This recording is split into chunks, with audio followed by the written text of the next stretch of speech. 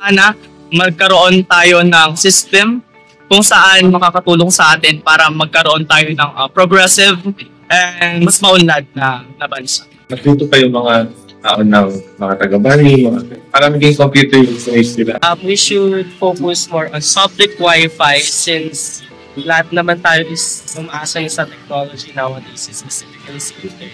More basic pang programs para sa mga tao as in sobrang late na sa transition. Easier access sa technology mismo. Computers, laptops, yung madali lang ma-access ng mga tao, mapupuntahan. Dapat maturuan natin ang mga bata, hindi lang sa level, kasi ngayon ang pag-aaral kasi yung may kaya. Kung gusto niya walang maiiwan, yung kahit yung walang kakayahan, dapat bigyan sila talaga ng chance. Kasi makita mo may galing sila at yun sana dapat ang tutukan para lahat walang maiwan. Sabay-sabay.